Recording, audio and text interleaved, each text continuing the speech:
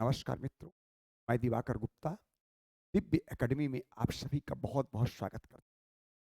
मित्रों, आज मैं उत्तराखंड सरकार के द्वारा समान नागरिक संहिता विधेयक पारित किया गया है, उस पर आज चर्चा करने के लिए आपके सामने है। उत्तराखंड सरकार के द्वारा समान नागरिक संहिता विधेयक पारित किया गया है। अब वो राज्यपाल और राष्ट्रपति के हस्ताक्षर के बाद कानून बन जाएगा। लेकिन इसमें क्या क्या प्रावधान है को जानने से पहले ये जानना जरूरी है कि समान नागरिक संहिता होता क्या है। फिर क्या भारत में ही समान नागरिक संहिता को लेकर प्रॉब्लम है कि विश्व के अन्य देशों में समान नागरिक संहिता के संदर्भ में क्या प्रोविजन है, इसको भी जानना जरूरी है। दूसरी बात, समान नागरिक संहिता को लागू करने में क्या क्या समस्याएं हैं, बाधा कहां है, ये भी जानना आप लोगों के लिए आवश्यक है। इन्हीं मुद्दों को लेकर आज हम लोग ये क्लास ऑर्गेनाइज करने जा रहे हैं। तो सबसे पहले ये जानना कि समान नागरिक संहिता का प्रावधान भारतीय संविधान के अनुच्छेद 44 में किया गया है, जो कि आर्टिकल 36 से लेकर 51 तक directive principle of state policy, जो भारतीय संविधान का भाग 4 है, इसमें राज्य के लिए नैतिकता है, राज्य के लिए आदर्श है, राज्य के लिए आचार संहिता है कि राज्य के लिए ऐसा कानून बनाना बाध्यकारी नहीं रखा गया। राज्यों से यह अपेक्षा की गई थी कि राज्य समान नागरिक संहिता के संदर्भ में कानून बनाए, लेकिन कुछ कारणों से राज्य सरकार न भारत सरकार के द्वारा ऐसा कोई सकारात्मक कदम उठाया गया। कुछ कारणों से ऐसा उठाए सकारात्मक कदम नहीं उठाए, लेकिन उत्तराखंड सरकार के द्वारा इस दिशा में सकारात्मक कदम उठाए गए, जो कि एक स्वागत योग्य कदम कहा जा सकता है, जो कि एक स्वागत योग्य कदम है, बहुत अच्छा सकारात्मक कदम है। तो समान नागरिक संहिता भारत में, हमारे यहाँ एकल संविधान है, भारत में एकल नागरिकता का सिद्धांत है। और भारतीय संविधान का अनुच्छेद 14, इसमें विधि के समक्ष समानता का अधिकार है, कहता है कि कानून की नजर में सभी नागरिक एक समान।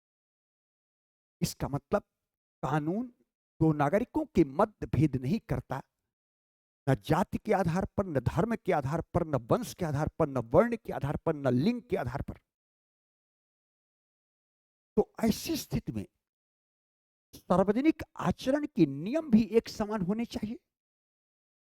सार्वजनिक आचरण के नियम एक समान होने चाहिए, लेकिन हमारे यहां भारत में सार्वजनिक आचरण के नियम एक समान होना तो चाहिए, जो कि तार्किक मान्यताओं पर आधारित हो, जबकि भारत में सार्वजनिक आचरण के नियम धार्मिक मान्यताओं पर आधारित। भारत में सार्वजनिक आचरण के नियम धार्मिक मान्यताओं पर आधारित हैं, जैसे विवाह, तलाक, भरण पोषण, उत्तराधिकार, दत्तक ग्रहण इत्यादि के संदर्भ में। ये तार्किक मान्यताओं पर आधारित न होकर के धार्मिक मान्यताओं पर आधारित है कि हिंदुओं के लिए अलग व्यवस्था है, मुस्लिम समुदाय के लिए अलग व्यवस्था हो, हिंदुओं के लिए हिंदू उत्तराधिकार अधिनियम, हिंदू मैरिज एक्ट, जबकि मुस्लिम के लिए मुस्लिम पर्सनल लॉ हो, अन्य समुदाय के लोगों के लिए उनका पर्सनल लॉ है, जबकि हिंदुओं के लिए ऐसा हो। इसका मतलब धार्मिक आधार पर कहीं न कहीं भेद करते हैं, लैंगिक आधार पर कहीं न कहीं भेद करते हैं, बंधुत्व की भावना कमजोर होती है। इसलिए सार्वजनिक जीवन के आचरण के नियम सभी समुदायों के लिए एक समान होना चाहिए। और जब हमारे यहां देखा जाए तो भारत में इसका विरोध होता है,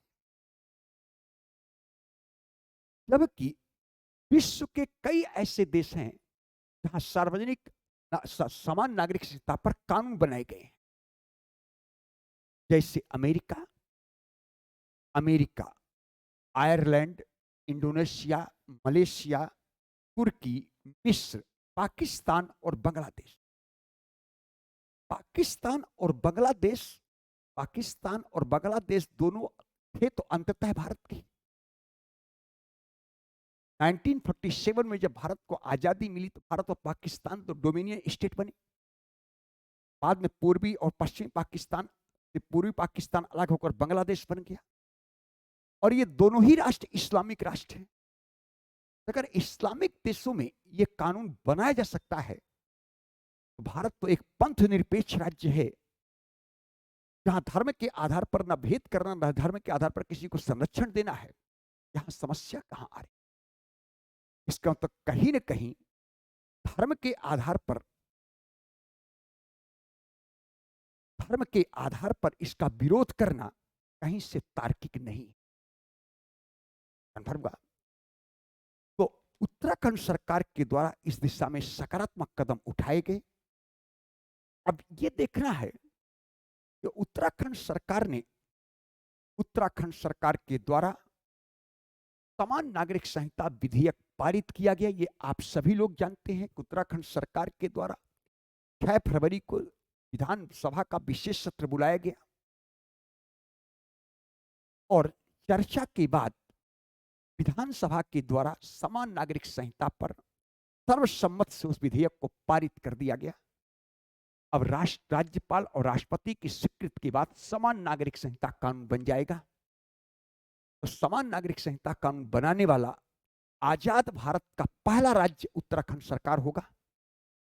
और अगर वैसे देखा जाए तो गोवा के बाद दूसरा राज्य होगा उत्तराखंड, लेकिन आजाद भारत का पहला राज्य उत्तराखंड सरकार होगा जहां समान नागरिक संहिता पर कानून बनाए गए। अब जो उत्तराखंड सरकार के द्वारा, उत्तराखंड विधानमंडल के द्वारा समान नागरिक संहिता विधेयक पारित किया गया है, उस समान नागरिक संहिता विधेयक में क्या क्या प्रावधान किए गए हैं, इन प्रावधानों को भी जानना आपके लिए जरूरी है। क्या क्या प्रावधान किए गए हैं? तो सबसे पहला जो प्रावधान किया गया है, सबसे पहला प्रावधान जो किया गया है उत्तराखंड सरकार के द्वारा कि विवाह, तलाक, उत्तराधिकार, संपत्ति जैसे विषयों पर, विवाह, तलाक, उत्तराधिकार, संपत्ति जैसे विषयों पर सभी लोगों पर एक नियम लागू होगा। सभी लोगों पर, राज्य के सभी लोगों पर एक समान नियम लागू होगा, चाहे वो किसी भी धर्म का हो, चाहे वो किसी भी धर्म का हो, उन सभी धर्म के लोगों पर ये नियम एक समान लागू होगा। चाहे विवाह का है, उत्तराधिकार का हो, तलाक का हो, संपत्ति जैसे विषयों पर ये नियम सभी लोगों के लिए एक समान लागू होगा। दूसरा जो इससे प्रोविजन किया गया है कि एक पत्नी के रहते हुए दूसरी शादी करने की मनाही है। हमारे हिंदू समुदाय में एक पत्नी के जीवित रहते हुए दूसरी शादी करना असंवैधानिक और अवैध है, इलीगल है। जबकि मुस्लिम समुदाय में 4 शादी करना वैध माना गया। ये उचित नहीं है, ये नियम एक होनी चाहिए। तो दूसरा प्रावधान किया गया कि एक पत्नी के रहते हुए दूसरी शादी करने से मनाही है। तीसरा जो प्रावधान किया गया कि मुस्लिम लड़कियों की शादी की उम्र भी 18 वर्ष होगी। इस प्रकार हिंदू समुदाय में लड़की की शादी की उम्र 18 वर्ष होती है और लड़के की उम्र 21 वर्ष होती है। और अगर 18 वर्ष या 21 वर्ष से कम उम्र में शादी करते हैं तो वो कानूनी रूप से अपराध है, कानूनी रूप से अपराध है। जबकि मुस्लिम समुदाय में मासिक धर्म शुरू होने के बाद कभी भी लड़कियों की शादी की जा सकती। तो अब जो यहाँ विधेयक पास किया गया है, उस विधेयक में प्रावधान है कि मुस्लिम लड़कियों की शादी की उम्र भी 18 वर्ष होगी। चौथा पॉइंट जो वहां का प्रावधान किया गया है कि विवाह के 1 वर्ष से पहले तलाक की अर्जी नहीं डाली जा सकती। विवाह के 1 वर्ष से पहले तलाक की अर्जी नहीं डाली जा सकती। यानी विवाह के 1 वर्ष के बाद ही तलाक की अर्जी डाली जाएगी। और अगर ऐसा किया जाता है, नियमों का उल्लंघन किया जाता है, तो 6 माह की जेल और 50,000 रुपए तक के जुर्माने का प्रावधान किया गया है। विवाह के 1 वर्ष से पहले तलाक की अर्जी नहीं डाली जा सकती। यदि ऐसा करता है तो कानून का उल्लंघन होगा, नियमों का उल्लंघन होगा। तो ऐसी स्थिति में उसे 6 माह की जेल एवं 50,000 रुपए का जुर्माने का प्रावधान है। समान नागरिक संहिता विधेयक उत्तराखंड सरकार ने जो पास किया, उसमें सबसे महत्वपूर्ण प्रावधान लिव इन रिलेशन के संदर्भ में। आजकल लिविंग रिलेशन आप लोग बड़ा चर्चित विषय है, सुना होगा। लिविंग रिलेशन में कहा गया है कि रजिस्ट्रेशन करवाना अनिवार्य होगा। लिविंग रिलेशन के संदर्भ में रजिस्ट्रेशन करवाना अनिवार्य होगा, और यदि ऐसा नहीं होता तो 3 माह की सजा और 10,000 रुपए तक के जुर्माने का प्रावधान किया गया है। लिविंग रिलेशन के संदर्भ में रजिस्ट्रेशन करवाना अनिवार्य किया गया है। यदि इस नियम का उल्लंघन करेंगे तो 3 माह की सजा और 10,000 रुपए तक के जुर्माने का प्रावधान होगा। नेक्स्ट जो महत्वपूर्ण प्रावधान किया गया कि लिविंग संबंधों से पैदा होने वाली संतान पैतृक संपत्ति में अधिकारी होगा। लिविंग संबंधों में पैदा होने वाली संतान पैतृक संपत्ति का अधिकारी होगा। नेक्स्ट जो प्रावधान किया गया कि लिविंग संबंधों में महिला को यदि पुरुष साथी छोड़ देता है तो गुजारा भत्ता देना होगा। इस प्रकार सामान्य शादी, जो नेचुरल नॉर्मल शादी होती है, उसमें अगर पति पत्नी को तलाक देता है तो पत्नी भरण पोषण की अधिकारी होती है। वैसा ही लिविंग रिलेशन में भी बनाया गया कि लिविंग संबंधों में यदि पति पत्नी को तलाक दे देता है, छोड़ देता है, तो वह पत्नी उसके भरण पोषण की अधिकारी होगी। नेक्स्ट, पैतृक संपत्ति से जुड़े नियम समान किए गए। पैतृक संपत्ति से जुड़े नियम समान किए गए, अर्थात हर धर्म में पैतृक संपत्ति पर बेटी और बेटा के लिए समान अधिकार है। अभी तक हमारे यहाँ हिंदू समुदाय में पिता की संपत्ति पर, पैतृक संपत्ति पर जितना अधिकार बेटे का है उतना ही अधिकार बेटी का है, जबकि मुस्लिम समुदाय में यह व्यवस्था नहीं थी। तो उत्तराखंड सरकार ने जो विधेयक पास किया है उसमें प्रावधान किया गया है पैतृक संपत्ति से जुड़े नियम समान होंगे, अर्थात हर धर्म में पैतृक संपत्ति पर बेटा और बेटी के लिए समान अधिकार होगा। इसके अलावा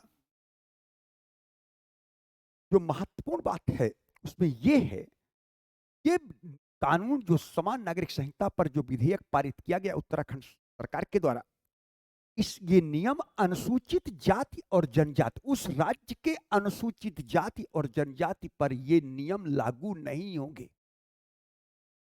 बाकी सभी धर्मों पर लागू होंगे, सभी जातियों पर लागू होंगे, लेकिन अनुसूचित राज्य के जो अनुसूचित जाति है, अनुसूचित जनजाति है, उन पर ये नियम लागू नहीं होंगे। ये प्रावधान किया गया है। मैं मोटा मोटी शब्दों में आप लोगों को बताया हूं कि उत्तराखंड सरकार ने जो समान नागरिक संहिता विधेयक पास कराया है उसमें ये प्रावधान किए गए हैं। अब कुछ इसमें प्रावधान नहीं भी किए गए हैं, वो क्या ध्यान रखना, क्या क्या प्रावधान नहीं किया, क्या क्या समस्याएं हैं, तो ये ध्यान रखना है कि इसमें कुछ चीजों का प्रावधान नहीं किया गया है। जैसे आपके मन में होगा कि समलैंगिक विवाह को मान्यता नहीं दिया गया, प्रावधान नहीं है, प्रावधान नहीं किया गया।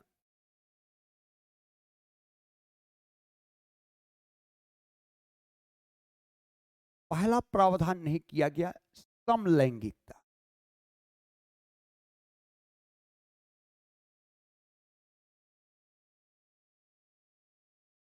समलैंगिकता पर समलैंगिक विवाह को मान्यता नहीं दिया, जबकि अगर उत्तराखंड सरकार चाहता समलैंगिक विवाह को मान्यता दे सकता था, क्योंकि हाल ही में सुप्रीम कोर्ट ने कहा था कि विधायिका चाहे तो समलैंगिकता के संदर्भ में कानून बना सकती, लेकिन उत्तराखंड सरकार के द्वारा जो समान नागरिक संहिता विधेयक पास किया गया, उसमें समलैंगिक विवाह के मान्यता के संदर्भ में कोई कानून नहीं बनाया गया। इसका तो समलैंगिक विवाह को मान्यता नहीं दिया गया। अगर ये चाहता उत्तराखंड सरकार तो इस पर कानून बना सकता था, क्योंकि सुप्रीम कोर्ट ने कहा था कि हम तो नहीं कर सकते, लेकिन अगर विधायिका चाहे तो समलैंगिक विवाह के संदर्भ में कानून बना सकती है। लेकिन उत्तराखंड सरकार ने विधेयक में कोई ऐसा प्रावधान नहीं किया। दूसरी बात, अपूर्णीय विवाह विच्छेद। अपूर्णीय विवाह विच्छेद, इसका मतलब इरिवर्सिबल मैरिज डाइवोर्स को मान्यता नहीं दिया गया है। ये दो समस्याएं, ये दो प्रावधान नहीं। अपूर्णीय विवाह विच्छेद पर, दूसरा अपूर्णीय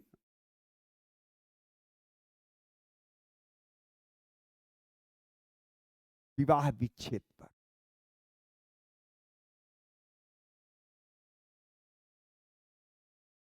विच्छेद पर कानून नहीं, विकल्प पर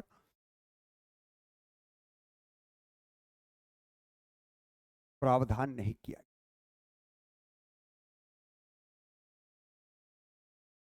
प्रावधान नहीं किया, तो प्रावधान नहीं। अब तीसरा चीज ध्यान रखना, संपिंडी विवाह पर प्रतिबंध लगाया गया है। संपिंडी विवाह मतलब दादा और दादी, माता और पिता। हमारे हिंदू समुदायों में माता के पक्ष से, माता की पक्ष से 3 पुस्तक शादी नहीं होती और पिता की पक्ष से 5 पुस्तक शादी नहीं होती। ये सभी लोग आप लोग जानते हो, हमारे यहाँ ऐसी व्यवस्था की गई। तो ये जो व्यवस्था है संपिंडी विवाह पर प्रतिबंध, ये अब सभी समुदायों पर लागू होगा, यानी मुस्लिम समुदायों पर भी लागू होगा। मुस्लिम समुदायों पर भी ये व्यवस्था लागू होगा। अब सबसे बड़ी समस्या है कि आपने सुना होगा, जब से समान नागरिक संहिता विधेयक पारित किया गया, तब से कुछ लोगों के द्वारा, विशेषकर मुस्लिम समुदायों के द्वारा और कुछ पॉलिटिकल पार्टी के द्वारा इस विधेयक का विरोध किया जाता था या विरोध किया जा रहा है। विरोध के उनके अपने तर्क हैं कि समान नागरिक संहिता अनुच्छेद 25 एवं अनुच्छेद 29 का उल्लंघन करता है। समान नागरिक संहिता का विरोध, समान नागरिक संहिता का विरोध,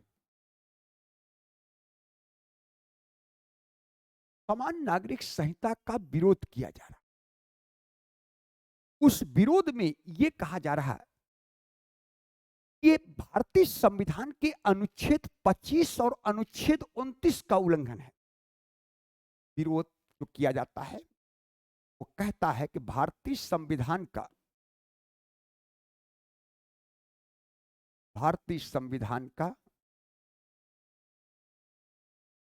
अनुच्छेद 25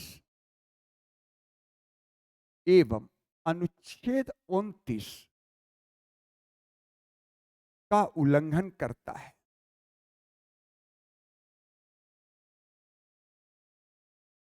का उल्लंघन करता है। विरोध का सबसे बड़ा कारण इस समान नागरिक संहिता के निर्माण से अनुच्छेद 25 एवं अनुच्छेद 29 जैसे मौलिक अधिकारों का उल्लंघन हो।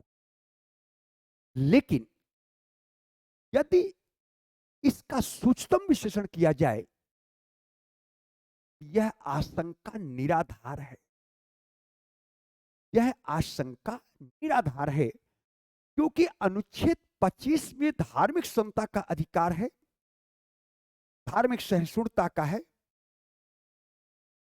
धार्मिक समता का अधिकार दिया गया है, धार्मिक सहिष्णुता का है।